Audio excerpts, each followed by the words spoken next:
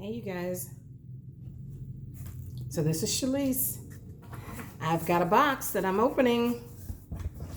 I want to see what it is. Maybe I've got some work to do.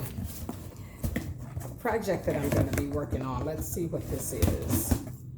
I know I've ordered several things, so I'm just not sure what this one is. It's light. Uh-oh. I see what it is. So you guys, if you've heard me talk about lately, Yoni Steamers,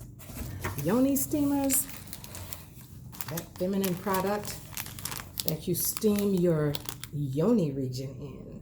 Yes, that's your vaginal area, ladies.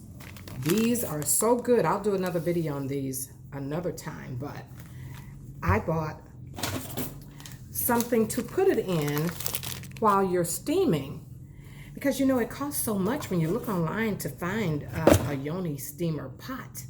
To put that in, it costs way too much. So for me, as a do-it-yourselfer, I found something that I can use instead of a stainless steel pot or going to a spa for it. Look. So this sits right in the toilet seat, on the bowl actually, and you put the lid down on top of it so it sits right in place. And you pour your water, your hot water, and your herbs in here.